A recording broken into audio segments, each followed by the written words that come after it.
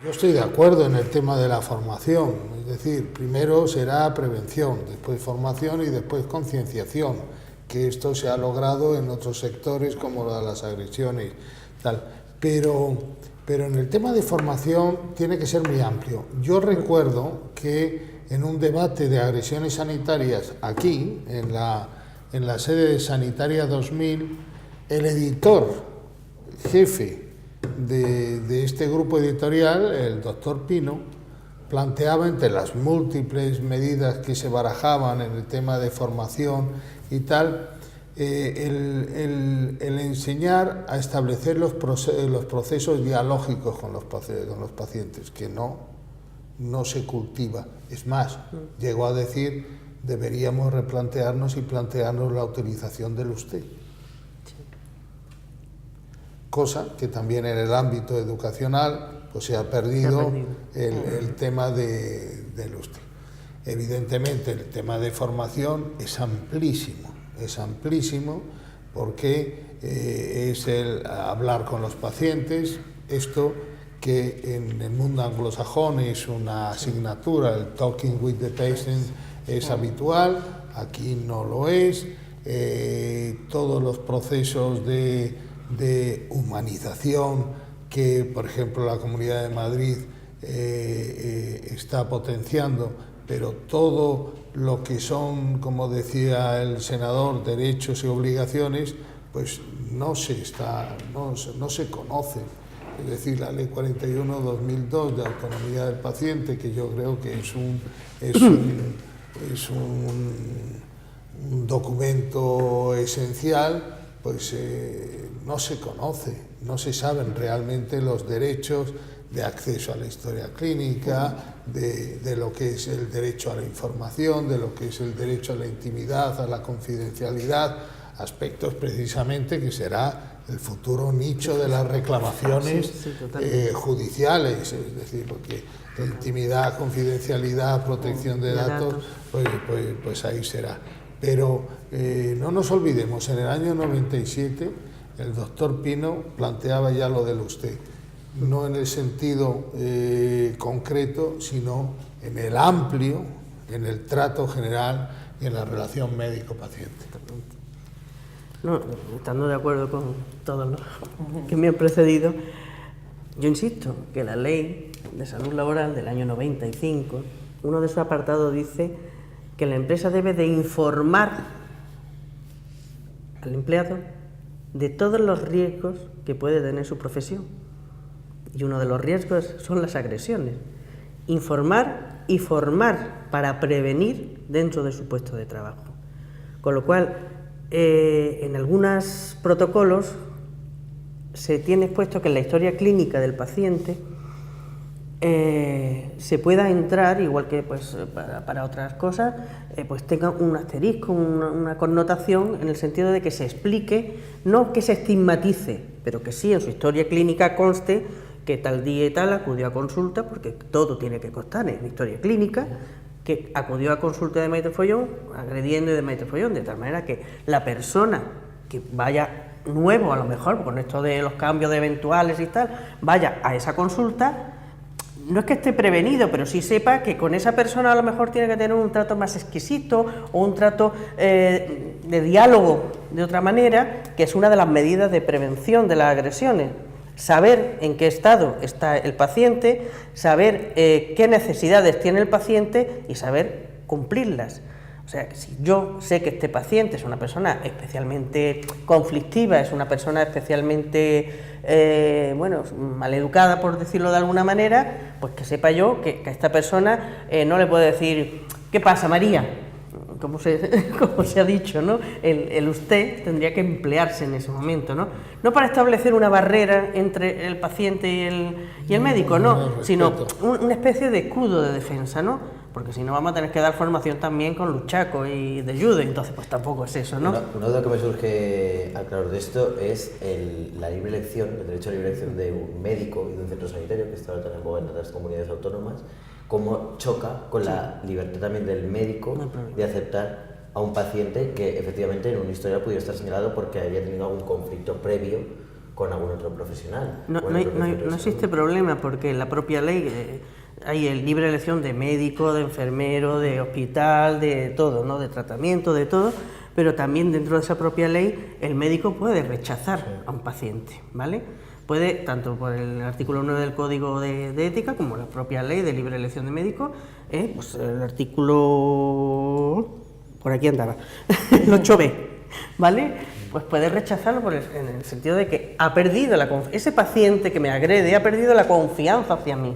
Y al perder la confianza hacia mí, yo puedo rechazarlo, y bueno, primero advertir a la familia, advertir al paciente, advertir a la autoridad, dirección o lo que sea pertinente, gestión, y decirle, oye, yo he perdido la confianza, pero te doy a elegir entre los demás quién quieres tú que te atienda. Trasladó la duda. Es que la relación médico-paciente es lo que pivota en todo el tema tiene que ser óptima para un buen desarrollo, y no es médico, enfermería, auxiliar de clínica, es decir, profesional sanitario y paciente, claro. Tiene que haber una relación de confianza mutua, para que esa confianza lleve aparejado pues desde el seguimiento, adherencia al tratamiento y cantidad de cosas.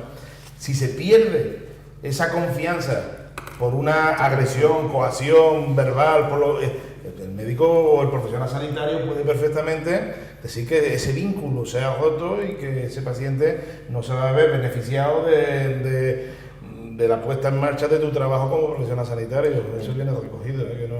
Pilar en Confianza planteaba este caso en que ha habido una agresión, una amenaza y rompe la relación de confianza. Totalmente. Pero si ese paciente viene con un historial de agresiones previas que no ha recibido todavía ese sanitario, ¿en qué situación queda el médico respecto al paciente? Mientras no haya una agresión, no haya una lesión, por mucho que tú hayas podido ser un agresor, incluso pues a lo mejor has ido a la cárcel, como hemos dicho antes, y has cumplido con la sociedad te reintegra, tú no tienes por qué estigmatizar, te reintegro. Ahora, a la primera de cambio, pues ya veremos a ver qué pasa, ¿no? Sí, bueno, yo estoy absolutamente de acuerdo con lo que se está diciendo aquí. Yo creo que los créditos de formación, que desgraciadamente pues son escasos, ¿no? Comparativamente con el presupuesto general, si hay algún aspecto que tiene que cuidar es precisamente el intentar formar a todos los profesionales con talleres de entrenamiento en habilidades de comunicación, en la gestión del estrés, en la gestión de las emociones, que eso es muy importante, como decías, ¿no? En la relación médico-paciente, ¿no? Entonces, ese tema hay que cuidarle mucho, pero también de cara al ciudadano y al paciente, habría que hacer una campaña de sensibilización.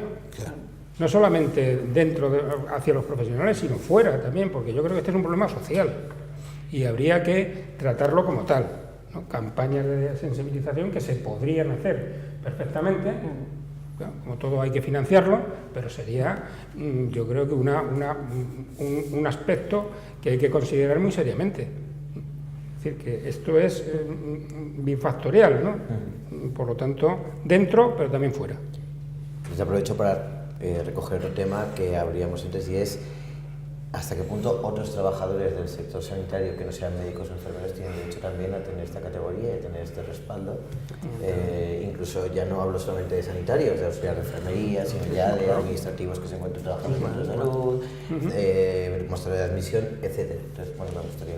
No, sí, habría que desmenuzar un poquito lo que dice el artículo, en el sentido de poner funcionarios, docentes o sanitarios que se hayan ejercicio sus funciones. Es decir, sus funciones puede ser cualquier estamento que trabaje dentro de lo que es la administración sanitaria o la administración docente. Yo personalmente pienso que si se agrede a un médico, se agrede a una enfermera, a un auxiliar de clínica, se agrede a un celador en mi centro de salud cuando viene una urgencia y tiene un problema, la connotación del punto jurídico, para mí, dentro de mi ignorancia jurídica, es la misma. Es decir, son funcionarios que se hallan en el ejercicio de sus funciones propias de su cargo. Pero no es solamente... Yo creo que para mí es todo el estamento, que son todos estatutarios, son todos funcionarios. Bueno, realmente se refiere a los funcionarios. Pero lo mismo que si analizamos en el articulado y se habla de que atentado incluye todos los supuestos de acometimiento, agresión, empleo de violencia o amenazas graves de violencia sobre la gente, yo creo que en principio estaba más bien trazado para médicos y personal de enfermería. Otra cosa es que después en su aplicación se abarque pues al celador, a todos, porque lo que vuelvo otra vez al voto particular que hacía el señor Martínez Arrieta, porque decía el señor Martínez Arrieta, hombre, también funcionario, el que está en los de los pasaportes, el que está en todas las ventanillas de tal, y al final resulta que este país va a ser un país de autoridades públicas. Entonces yo creo que sí se podrá extrapolar.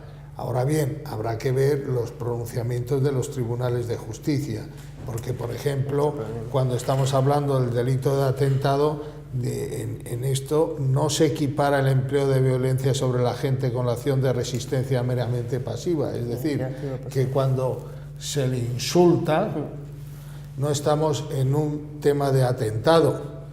Es más, ya con la reforma quedaría en un tema civil,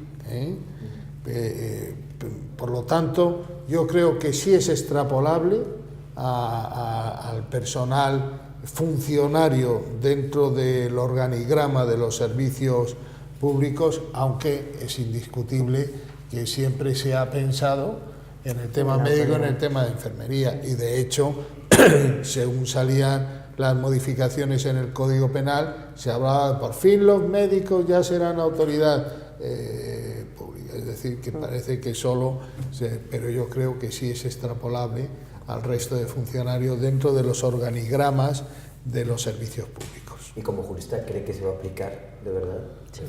Yo pienso que sí, pero pienso que sí también, no diciéndolo con la boca ancha, porque creo que es fundamental lo que el director general planteaba de campañas de concienciación. Es decir, mientras no se explique realmente lo que es el acto médico, la función del médico, la función de la enfermera, la función del personal que está en los organismos, en los organigramas de estos servicios sanitarios públicos, pues fíjense lo que ha sido años y años de campaña contra el maltrato de la mujer, y seguimos teniendo todos los días una situación. Pero en el ámbito sanitario no ha habido una campaña de concienciación. Tampoco ha habido, yo no la he visto. No, digo, y discrepo porque Sasa y nosotros vamos, yo no la he visto a nivel de ciudadano de la calle y tal. En el tema de formación, pues otro tanto de lo mismo, es decir, porque efectivamente dejamos al lado el tema de la prevención de riesgos laborales, y además nos quedamos tan campantes cuando la OIT te dice que precisamente el trato con estos servicios, pues evidentemente conllevan un determinado riesgo.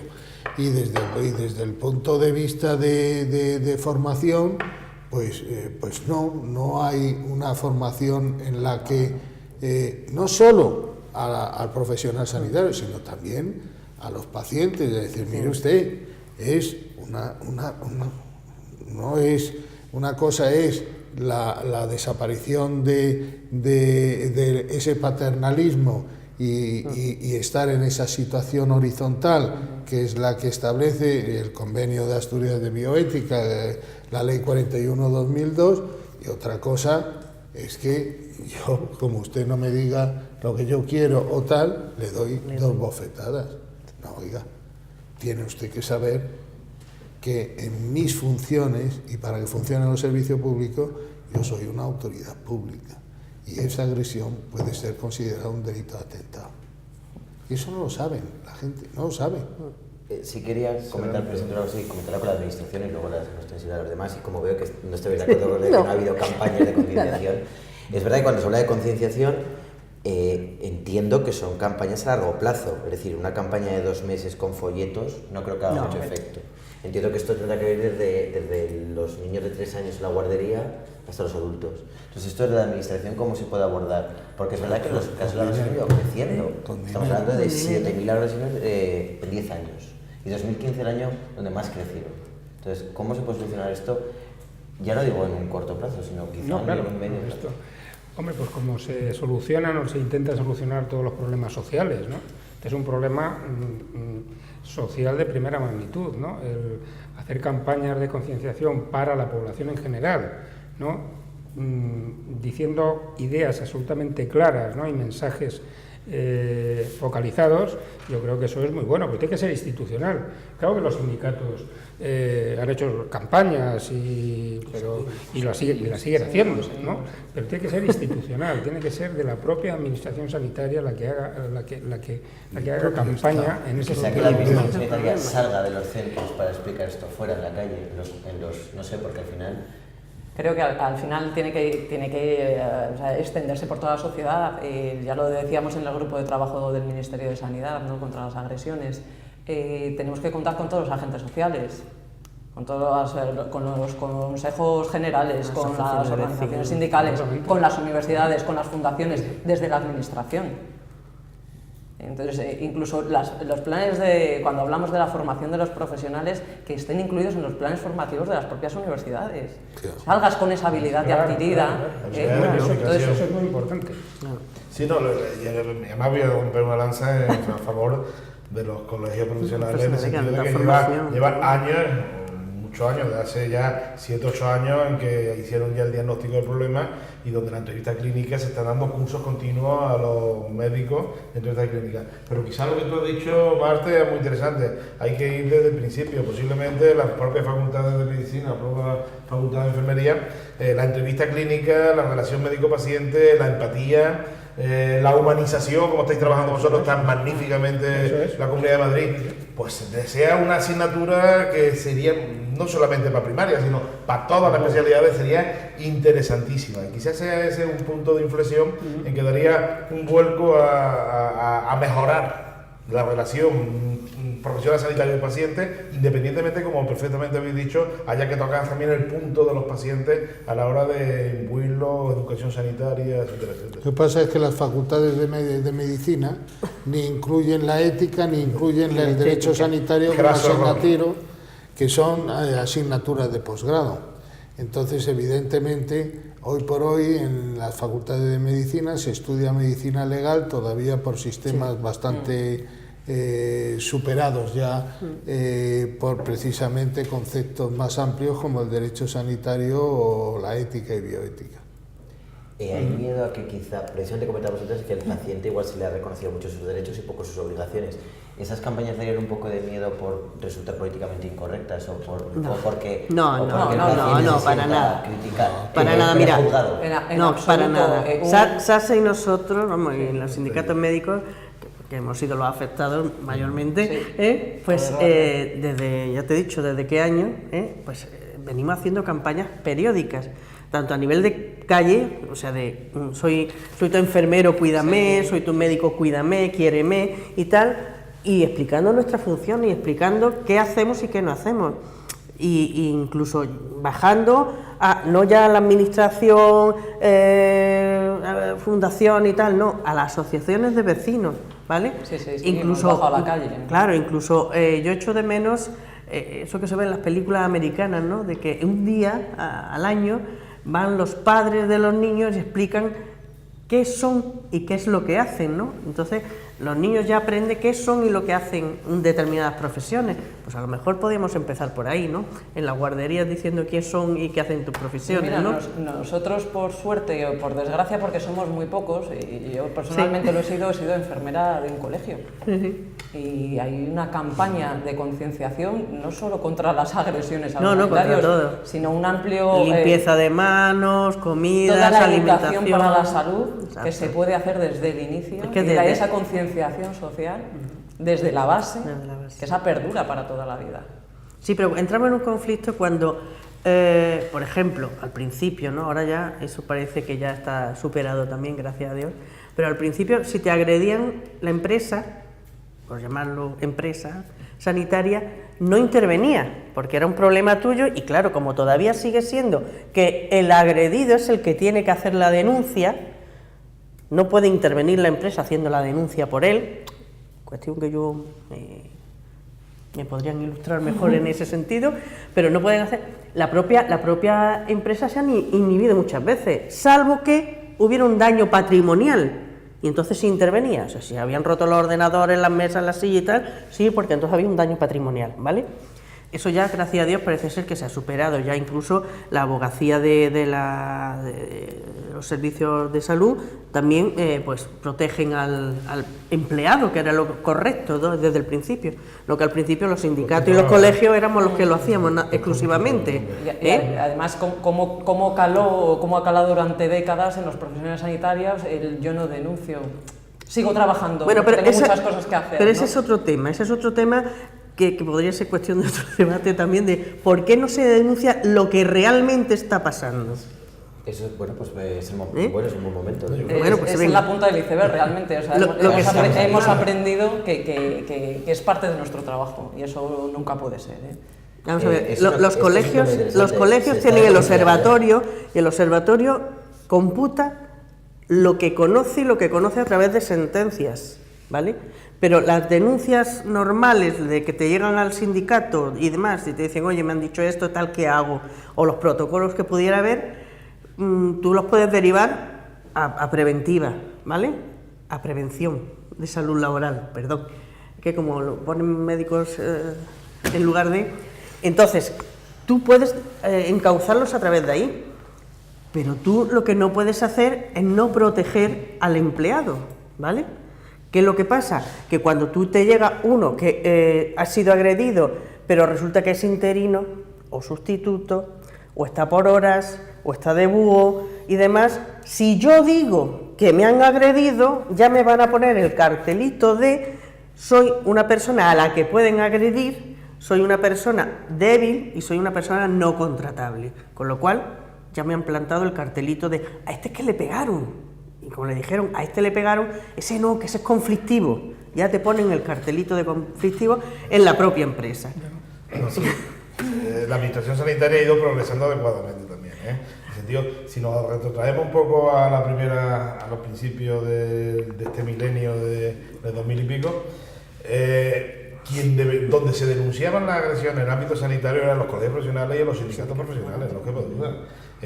La administración sanitaria tenía esa dualidad que no sabía si proteger al profesional sanitario o proteger al usuario, y hubo un interact de varios años hasta que la administración ha visto que tiene que defender también al profesional sanitario, que es su profesional sanitario, y ya ha empezado a coger el protocolo, pero costó muchísimo trabajo que esos protocolos fueran asumidos por la propia administración, y me estoy refiriendo a todas las comunidades autónomas, la administración sanitaria, y mira que se los poníamos en bandeja.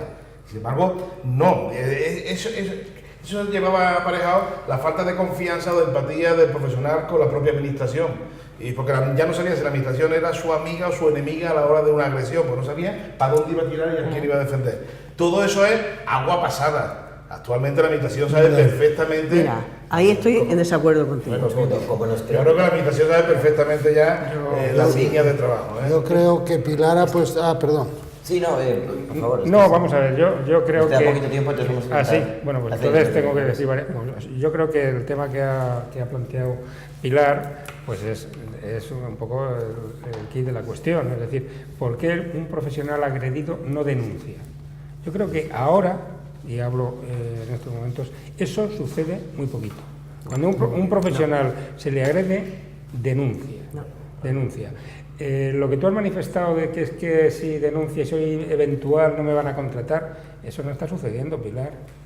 Eso no está sucediendo. ¿En tu comunidad? No se puede, no está sucediendo. Así está mal que podría decir algo en contra. Es más, está sucediendo, es que afortunadamente todo evoluciona y todo evoluciona a mejor. Y ese estigma ya no existe. Sí existe. Sigue Yo creo que no, y si hay algún tema que se pueda demostrar, pues yo os digo que lo trasladéis, Mira, porque actuaremos. Yo en esto tengo que darle la razón a Pilar. Gracias. Y le doy la razón a Pilar por una sencilla razón. porque efectivamente ese agredido no deja de ser un problema para la administración en un momento determinado. Y no solo eso, sino que si la administración además está utilizando situaciones, digamos,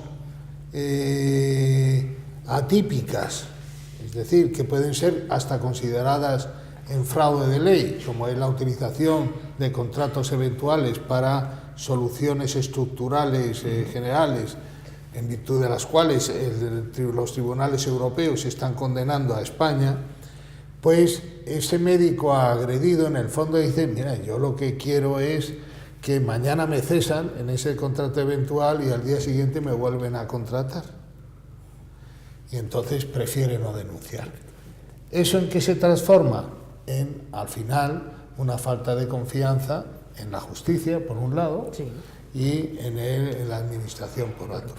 En estos momentos, de cada 10 casas que son robadas en Madrid, pues se denuncian 3, porque 7 dicen, sí, lo que tengo que hacer es poner más tema de seguridad. Pero indiscutiblemente que eso ha desaparecido, no. Existen los que estamos en ese ámbito laboral, como los sindicatos o los abogados, sabemos que eso no existe. Es decir, en la convención médica del otro día, cuando se hablaba de las situaciones de los contratos eventuales y se hablaba del cese y por qué al cese no se reclamaba una posible indemnización o una posible transformación de ese contrato, de esa relación, en el fondo lo que prevalecía, hombre, es que yo quiero seguir trabajando. Bien es cierto que hay comunidades que ya han tomado la iniciativa en este sentido, entre ellas es la Comunidad de Madrid, pero no todas son de la Comunidad de Madrid, y entonces evidentemente esta es una situación que tal. Madrid ha tomado, sin perjuicio de que las condenas del Tribunal Europeo hayan sido a la Comunidad de Madrid, es decir, que eso ha sido así. Sí, bueno, Ahí un inciso. Sí, bueno, yo preferiría... Es que nos queda Como muy poco conclusión, tiempo, de venga. verdad. Venga, yo- conclusión. yo- Vamos a ver. yo soy- Primero, me gustaría que una valoración última sobre esto, de si están notando verdaderos problemas para la denuncia. Porque efectivamente, si no... O sea, porque al final queda un poco... No sé qué opinión tiene. Es verdad que las agresiones físicas es como muy evidente, pasa como en la violencia de género. Son tan evidentes que es verdad que se denuncian, porque al final el compañero, si tú no te ves muy dispuesto, el compañero te dice, venga, sí, hazlo. Pero es verdad que en la cantidad de agresiones verbales, en las injurias y demás, se suelen pasar por alto. Es que muchas veces el profesional sanitario piensa que es parte de su trabajo, de verdad. pero no porque sea interino, eventual o fijo. No, pero es Bueno, verdad, que eso es lo que- pero eso está es lo que- en peor condición, confianza o no siempre, necesariamente, claro. pero Pero es está verdad, en peor condición. es verdad que a raíz de lo de la temporalidad en el empleo, de la concatenación de contratos, la poca formación que llega al profesional, cuando uno es eventual, muchas veces no llega. tiene acceso a esa formación. Cuando entra por primera vez, no se le informa de cuáles son los riesgos de su puesto de trabajo. Y esto es una generalidad y estamos hablando de todas las comunidades autónomas, pero eso está pasando. Aquí ocurre igual que en los accidentes de trabajo, en los accidentes, o en la enfermedad, o en las bajas IT, ¿no? Hay un presentismo. Un presentismo en el sentido de, voy a ir a trabajar aunque me peguen, porque es que si no, no trabajo, ¿vale? Entonces, por mucho que yo diga, Claro. a lo mejor a nivel de despacho no lo notáis, pero a nivel de calle sí se nota. Y como decía mi compañera, cuando tú llegas a un sitio con el ojo así, dicen, le han pegado. Pero cuando llegas todos los días diciendo, oye, que me pegan, oye, que me decía la pesada esta de aquí de que me han pegado, ¿no? O sea, eso sí, tienes un ejemplo. Hay un protocolo integral para la violencia de género, para aplicar a toda España. ¿Dónde está el protocolo integral para las agresiones a sanitarios? Yo no lo he visto. Bueno, en Madrid hay un protocolo. Integral para toda España igual. Más o menos Para todas las comunidades homogeneizar, autónomas tienen su protocolo, para poder en distribuir función de igual. la unión que tenéis, recursos humanos, uno de los puntos que siempre lleváis, Siempre. calculo, será lo mismo. Pero yo no quiero 17 De protocolos. esta forma, yo no creo que ahora haya más agresiones y más coacciones y más agresiones verbales que había hace 10, Sí, 15 más. años, que era el punto quizás álgido. Al principio, los primeros años de los años 2000. Quizás la violencia pero lo que pasa es que ahora mismo hay más confianza y yo creo que se denuncia más que hoy más que mañana. Mira, tienes un dato, 70.000 agredidos en los últimos 10 años. Solo se registra. Se registra cada vez más. Porque, claro, hay que establecer un sistema de registro. Registro que la Comunidad Autónoma de Madrid lo tiene, que es el REMAC, y que lleva funcionando muchos años. Es un registro que no es real. Es que hay que dimensionar los problemas. Si no los registras, no los puedes medir. Por lo tanto, sí, en eso estamos de acuerdo. ese es el tema fundamental, ¿no? Y yo, si me permitís, con el tema de si esto afecta solamente a los sanitarios o a todos, para mí es evidente que tiene que afectar a todos los profesionales del sistema. Y es más, es que hay que recordar que una de las últimas agresiones que hubo en Madrid, en el Centro de Salud El Naranjo, fue precisamente a los auxiliares administrativos y al celador que estaban en el mostrador y que sufrieron la agresión de un paciente que entró con un machete y les agredió, ¿no? Quiero decir que evidentemente todo el que tiene contacto, con independencia de que sea sanitario o personal de gestión y servicios, tiene que estar igualmente protegido, ¿no? Por lo tanto, afectaría a todos. Bueno, no nos queda tiempo, entonces lo que sí os voy a pedir es una última ronda de conclusiones individual, uno por uno. Comentamos por ti. Bueno, pues para concluir, es verdad que esa protección tiene que darse a todos los profesionales, tanto del sistema público como del privado, en el ejercicio de su trabajo, como consecuencia de él, porque deben tener la misma consideración. No se debe estigmatizar al usuario, no es nuestro enemigo, ni mucho menos, pero sí le debemos informar, se le debe formar, y a través de esas campañas de sensibilización que hablábamos antes. Se deben poner muchas más medidas, como son las logísticas, de cómo se crean los centros de trabajo, si hay pasillos, si hay rincones, si el profesional en una consulta se siente atrapado entre su agresor y la puerta de salida. O sea, que hay muchas cosas que hacer. También hay medidas como el personal, están las plantillas de enfermeras y fundamentalmente están infradotadas, con lo cual los tiempos de espera de los pacientes son mayores, con lo cual es verdad que incluso los familiares, ¿no?, se sienten muchas veces violentados y reclaman esa atención que no reciben, ¿no? Ante esa desesperación, esa frustración, es verdad que puede crecer la agresión contra el profesional. La falta de plantilla, ya lo hemos hablado, pero también esa eventualidad en la contratación hace que la formación no llegue de la misma manera. Formación que actualmente, además, las enfermeras muchas veces se tienen que costear ellas mismas, o cuando no se la costean ellas mismas, porque la administración, es verdad que en algunas ocasiones oferta esa formación, es en su tiempo libre, no es en el tiempo de trabajo, con lo cual facilita todavía menos esa formación, ¿no? Tenemos que concluir ya el presentador. Yo muy cortito.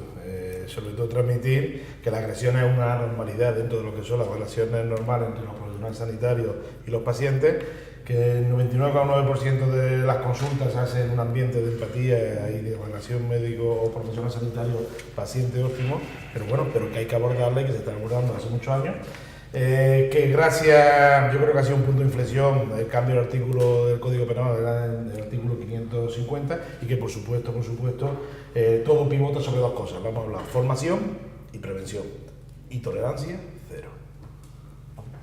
Sí, pues yo creo que este debate centra un problema que es real, que existe y que tenemos que acometer con todas nuestras fuerzas.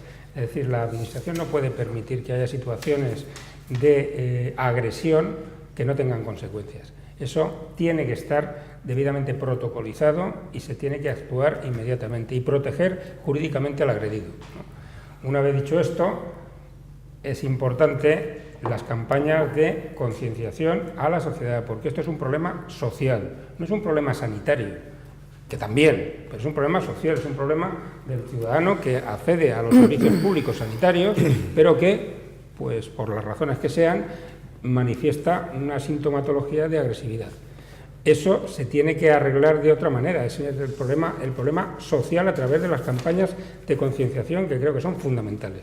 Pues sería deseable que en la última reforma del Código Penal, a pesar de haberse incorporado este artículo en el que se equipara con el delito de atentado las agresiones a los profesionales, pues se perfeccionara, pudiéramos decir, un poco en el sentido de no dejar lagunas como las que aquí a lo largo del debate hemos tenido oportunidad de entrever. Y por último, pues prevención, formación y concienciación. Y como dice Jesús Aguirre, pues tolerancia cero. Y concluimos con Pilar. Yo le pediría al nuevo Ministerio que reactivara ese grupo de trabajo de agresiones sanitarias para hacer el protocolo integral de agresiones sanitarias, que se aplicara uniformemente en las 17 comunidades, que se tuviera un tratamiento con denominación violencia social, ¿vale? Y que las sentencias fueran rápidas, los juicios fueran rápidos y no se tuviera que estar esperando también un paciente que tuviera que estar sometido a un médico, ni un médico a un paciente o a un enfermero, ¿no? Entonces, en ese sentido, parte, por supuesto, la formación, concienciación y la aplicación de la Ley de Prevención de Riesgos Laborales. Pues muchas gracias a los 5 por haber estado en este debate. Gracias. Gracias. Muchas gracias.